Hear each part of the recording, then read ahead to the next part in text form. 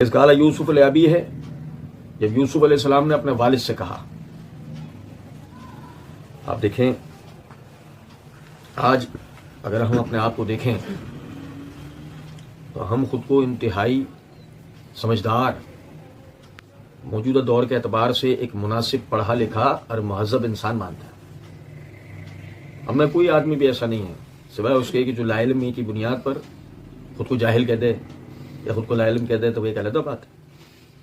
لیکن ویسے ہم میں سے ہر شخص خود کو سمجھدار، عاقل، بالغ اور موجودہ دور کے اعتبار سے ایک مناسب تعلیم یافتہ آدمی مانتا ہے. لیکن جہاں تک رہی مہذب ہونے کی بات تو ایک چھوٹی سی بات سے پتہ لگ جاتا ہے جو ان 4 لفظوں کے اندر پوشیدہ ہے کہ ہم کتنے مہذب ہیں. کیا ہم اپنے باپ سے ایک ایک بات شیئر کرتے ہیں؟ نہیں. تو اگر آپ اور آپ کے والد کے درمیان ہی کمیونیکیشن گیپ ہے تو آپ کہاں سے مہذب ہوئے؟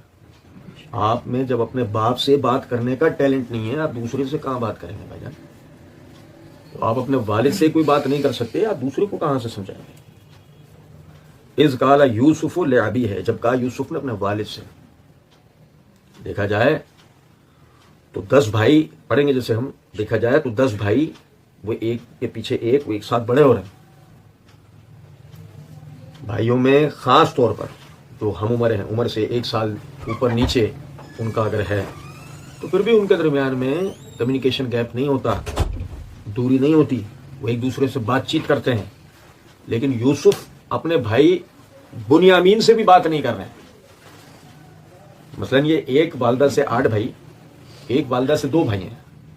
تو اگر مثال کے طور پر جیسے ہم پڑھیں گے مثال کے طور پر وہ 8 بھائیوں سے بھی اگر وہ بات چیت نہیں کرتے تو جو ان سے چھوٹے یعنی ان کی والدہ سے جو بھائی ہیں بنیامین ان سے تو کر سکتے ہیں نا ہر بات. لیکن اذ قال یوسف لابی ہے جب یوسف نے اپنے باپ سے کہا، اپنے والد سے کہا. کیا سبق ملا؟ بات چھوٹی یا بڑی ہو، بات اچھی یا بری ہو، بات آسان یا مشکل ہو، بات علمی یا بظاہر بچگانہ ہو، سب سے پہلے آپ اپنے باپ سے بات کریں نا، سب سے پہلے اپنے والد سے بات کریں. اگر مثال کے طور پہ آپ ان سے مشورہ نہیں لے سکتے، انہیں اعتماد میں نہیں لے سکتے، ان سے سیکھ سمجھ نہیں سکتے تو آپ کسی اور سے کیسے سیکھیں گے سمجھیں گے؟ دیکھو انہوں نے اپنے والد سے بات کیا. یہ بات ثابت ہوتی ہے کہ انسان کو سب سے پہلے یہ ہمارے گھروں کے اندر کیا ہے کہ آپ دیکھیں یہ کتنی بڑی بدبختی ہے کہ بندے کے یعنی آج کے معاشرے میں جس طرح دیکھتے ہیں کہ بندے کے پوشیدہ معاملات کو اس کے دوست تو جانتے ہیں، اس کا باپ نہیں جانتا، اس کے بھائی نہیں جانتا. یہ ہمارے یہاں کتنی بڑی بدقسمتی ہے.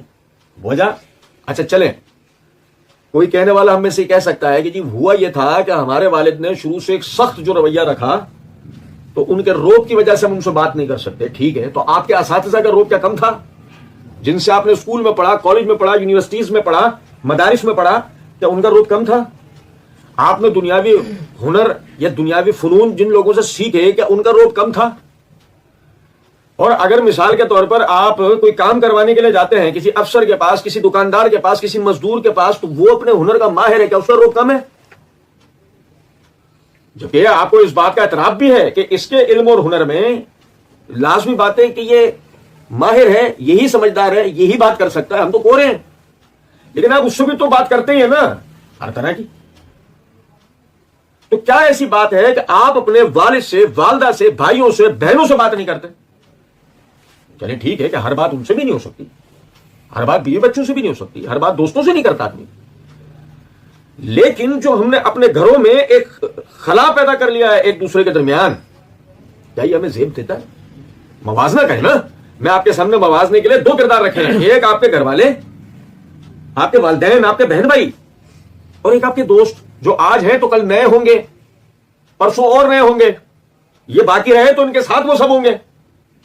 لیکن جتنا آپ کے گھر والوں کا آپ پر حق ہے اتنا ان کا تو نہیں ہے. آپ سمجھیں؟ تو آہستہ آہستہ تعلیم اور شعور کے نام پر ہم نے اپنے گھروں کے ماحول کو خود بخود ہی خراب کر ڈالا.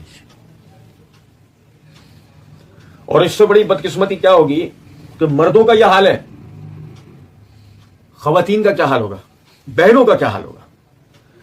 اس روابط کے خلا کی وجہ سے عورتیں اپنے گھروں سے دین نہیں سیکھ پاتی، شادیوں کی عمروں کو پہنچ جاتی ہیں اور انہیں پاکی ناپاکی کے مسائل نہیں پتا ہوتے۔ ایک تو یہ نا کہ پاکی ناپاکی کے مسائل بلوغت پہ پتا ہونے چاہیے کہ بالغ ہوتے کے ساتھ ہی آپ پر جو نماز فرض ہوئی، پاکی ناپاکی کے مسائل یہاں سے آپ کو تمام پتا ہونے چاہیے۔ لیکن ہماری اب بدبختی دیکھیں کہ کیفیت یہ ہے کہ وہ شادی کی عمروں کو جا کے پہنچ جاتی ہیں، انہیں یعنی کہ پاکی ناپاکی کے مسائل کا نہیں پتا ہوتا۔ وجہ کس سے سیکھیں؟ گھر میں تو بات ہی نہیں کرتے۔ یہ بڑی خطرناک بات ہے۔ ہمیں سب سے پہلے اپنے گھر کے افراد کے ساتھ یعنی اپنے روابط کو گہرا کرنا چاہیے۔ ہم میں سے ہر شخص اس بات کی کوشش کرے کہ جو بھی اس کی مصروفیات ہیں، اور مصروفیات میں سے لازمی 1 گھنٹہ روزانہ کا نکال کر اپنے والدین زندہ ہیں، والدین کے ساتھ بیٹھے، ان کی دکھ تکلیف پریشانی پوچھے، ان سے ادھر ادھر کے مشورے لے۔ آپ دیکھیں نا کہ اللہ قرآن میں کیا کہتا ہے، وَقَوْلَ اللَّهُمَ قَوْلًا كَرِيمًا، ہر صورت میں ان سے وہ بات کر جس سے ان کی عزت، ان کے اکرام میں اضافہ ہو۔ تو آپ چاہے دنیا بھر کے ماہر کیوں نہ ہو چکے ہوں، ان کے سامنے اس طرح بیٹھے گویا کہ ایک شاگرد اپنے استاد کے سامنے بیٹھا ہوا ہے، ایسا کہ جس کو کچھ نہیں پتا۔ ان کا بھی دل بڑھے، بیوی بچوں کو وقت دیں، بہن بھائیوں کو وقت دیں، اپنے رشتہ داروں کو وقت دیں۔ ہفتے میں 1 دن ایسا نکالیں جس میں لازمی خاندان میں اپنے ایک رشتہ دار سے ملنے جائیں، اس کی خیر خیریت معلوم کریں۔ یہ فون، یہ واٹس ایپ، یہ میسج، اسے چھوڑ دیں، اس کی کوئی حیثیت نہیں۔ بذات خود جا کے ملیں لوگوں کے۔ دیکھیں، یاد رکھیں، غریب آدمی کے پاس دینے کے لیے کچھ ہو یا نہ ہو، 2 چیزیں اس کے پاس 24 گھنٹے بالکل مفت ہیں۔ نمبر 1، ایک پختہ خلوص دل کے ساتھ مشورہ، ایسا ہے، اور ایک سچی نیت کے ساتھ دعا۔ یہ 2 چیزیں تو غریب سے غریب آدمی بھی کسی کو دے سکتا ہے نا۔ اگر ہم اپنے رشتہ داروں سے ملتے ہیں، ہمیں ایسا لگتا ہے کہ ہم وہ کیفیت پہ نہیں پہنچے تحفے تحائف والی، ہم اس کیفیت پہ نہیں پہنچے، ہم اس کیفیت پر تو ہیں کہ مل کے اس سے کوئی اچھی بات کر سکتے ہیں، اس کا دل بڑھا سکتے ہیں، اس کو مشورہ دے سکتے ہیں، اس کو دعا دے سکتے ہیں، اتنا تو کر سکتے ہیں۔ اس میں بوڑھا کیا، اس میں بچہ کیا، اس میں جوان کیا، ہر شخص سے ملنا چاہیے۔ ہمارے لیے نبی صلی اللہ علیہ وسلم اسوہ حسنہ ہے۔ آپ دیکھیں، نبی صلی اللہ علیہ وسلم کا اپنا ذاتی خاندان وہ 12 قبائل 40 خاندان پر مبنی تھا۔ میرے بھائی، کتنے قبائل؟ 12 قبائل 40 خاندان پر مبنی، اور آپ کے 11 سسرال تھے، اور صرف 1,60,000 افراد آپ کے ساتھیوں میں سے حجۃ الوداع کے دن خطبہ سن رہے تھے۔ 1,60,000 افراد۔ آپ اندازہ کریں کہ اتنا زیادہ، یعنی ایک بزی ترین، مصروف ترین شخصیت کے باوجود بھی ہم یہ دیکھتے ہیں کہ نبی صلی اللہ علیہ وسلم کی بیویاں ہوں، آپ کے پھوپھی زاد ہوں، مامو زاد ہوں، چچا زاد ہوں، آپ کے رشتہ داروں میں کوئی بھی ہو، کیا کبھی کسی نے آپ سے یہ شکوہ کیا؟ آپ کے خادمین میں سے کوئی ہو، کبھی کسی نے آپ سے یہ شکوہ کیا کہ آپ نے ایک وقت انہیں پوچھا نہیں؟ کبھی کسی نے شکوہ کیا؟ ہمارے لیے نبی صلی اللہ علیہ وسلم اسوہ حسنہ۔ ہم جب اپنا موازنہ کریں تو اتنے سے لوگ ہیں ہمارے ارد گرد، ہمارا سوشل ریلیشن کتنا ہوتا ہے، معاشرتی تعلقات ہمارے کتنے ہوتے ہیں، اتنے لوگ ہیں ہمارے ارد گرد، مقابلہ تو کریں۔ ہم ان میں نہیں مل جل رہے، ہم نے اتنا زیادہ خود کو اہم اور مصروف بنایا ہوا ہے۔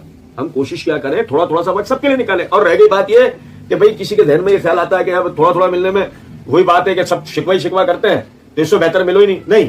شکوہ کرنے تو آپ ملو، آپ پر آپ کا دین لازم ہے، آپ کو ان کے شکووں کی پرواہ نہیں ہونی چاہیے، آپ پر آپ کا دین لازم ہے، آپ اس پہ عمل کریں۔ کوئی آپ سے کتنے ہی شکوہ کیوں نہ کرے، اس کی پرواہ نہیں کریں، پرواہ اس چیز کی کریں کہ آپ اپنے مسلمان بھائیوں سے ملیں، وہ چاہے آپ کے خاندان کے لوگ ہوں، آپ کے بہن بھائی ہوں، رشتہ دار ہوں، دوست احباب ہوں، محلے دار ہوں۔ آپ دیکھیں کیفیت کیا ہے ابھی ان ایام کے اندر، جب ہمارے ارد گرد کورونا کی وجہ سے اموات ہو رہی ہیں، کیفیت یہ ہوتی ہے کہ ہمارے محلوں میں، علاقوں میں میت ہو جاتی ہے، ہمیں پتہ ہی نہیں ہوتا۔ کو اگر پتہ لگ جائے تو ہم سے اتنا نہیں ہوتا کہ ہم 5 منٹ کے لیے جا کر کھڑے ہو کر ان سے تعزیت کر آئیں، اتنا نہیں ہوتا ہم سے۔ میرے بھائی، یہ سمجھیں کہ نبی صلی اللہ علیہ وسلم نے مسلمان پر حقوق بیان کرے، جن میں چھوٹے میں چھوٹا جو حق بیان کرا وہ یہ وَالنُّصْحِ لِكُلِّ مُسْلِمٍ، ایک مسلمان دوسرے ہر مسلمان کے لیے خیر خواہ ہوتا ہے۔ وہ کیا ہوتا ہے اس کے لیے؟ خیر خواہ ہوتا ہے، چاہے وہ خیر اپنی ذات سے کسی بھی طرح پہنچائے۔